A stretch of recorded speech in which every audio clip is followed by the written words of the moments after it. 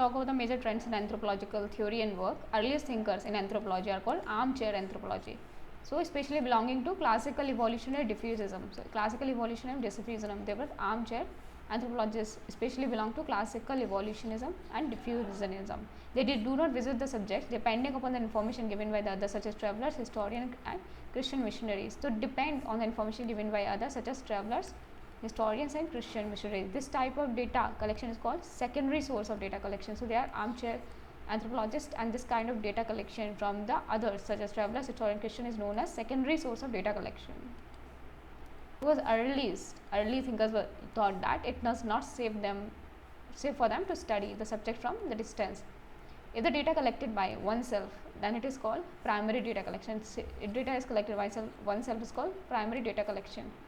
So, in this approach, there might be huge gap between secondary data and originality.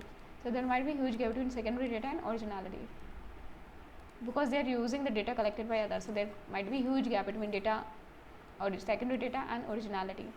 Franz Boas, he was the first person who questioned the secondary source of data collected. He himself visited the field and he propagated the primary source of data collection. From Franz Boas, we know that he propagated the primary source of data collection. He visited the Baffin Island and studied about the Eskimos, or also known as Inuits.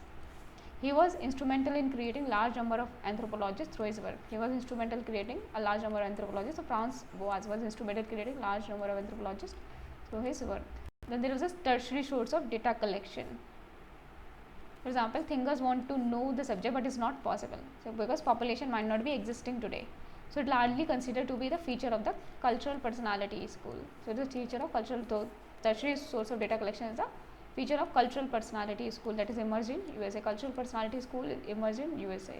We have seen cultural personality school emerge in USA by Ruth Benedict, Margaret Mead, Gardner, and Corrado boys. So, tertiary source of data collection, it is a feature of cultural personality school that is emerged in USA. In defense anthropology, one wants to study enemy but cannot go. For example, one wants to study enemy but cannot go.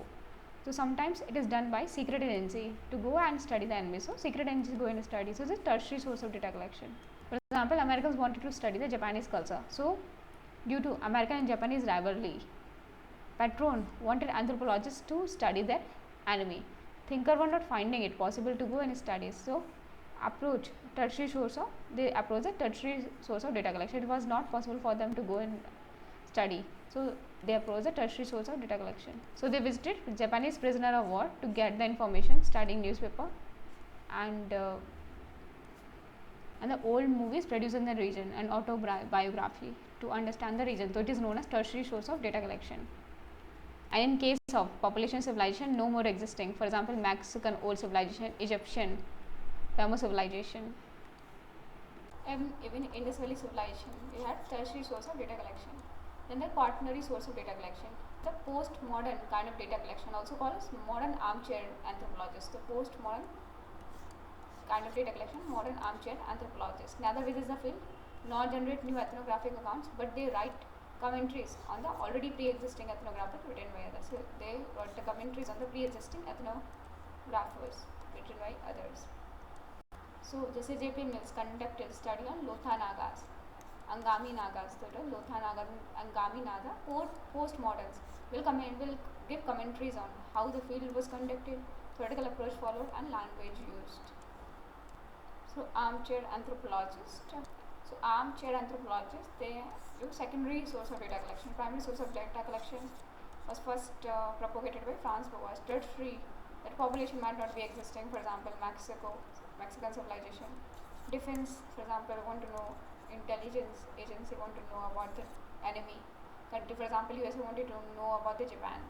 Then quaternary, the modern armchair anthropologists, just here postmodernism, that they are writing commentaries on the already existing ethnographies.